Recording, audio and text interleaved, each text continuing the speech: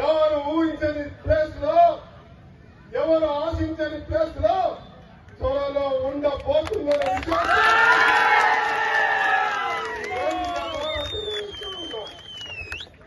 దాంతో పాటు రాణా ప్రతాప్ విగ్రహం ఉంటుందని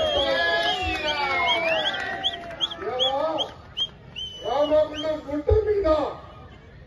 హనుమంతుని విగ్రహం ఇదివరకే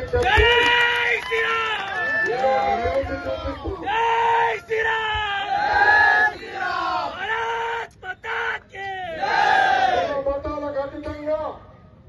అన్ని మతాలను గౌరవిస్తూ మసీదు చర్చల నిర్మాణంతో పాటు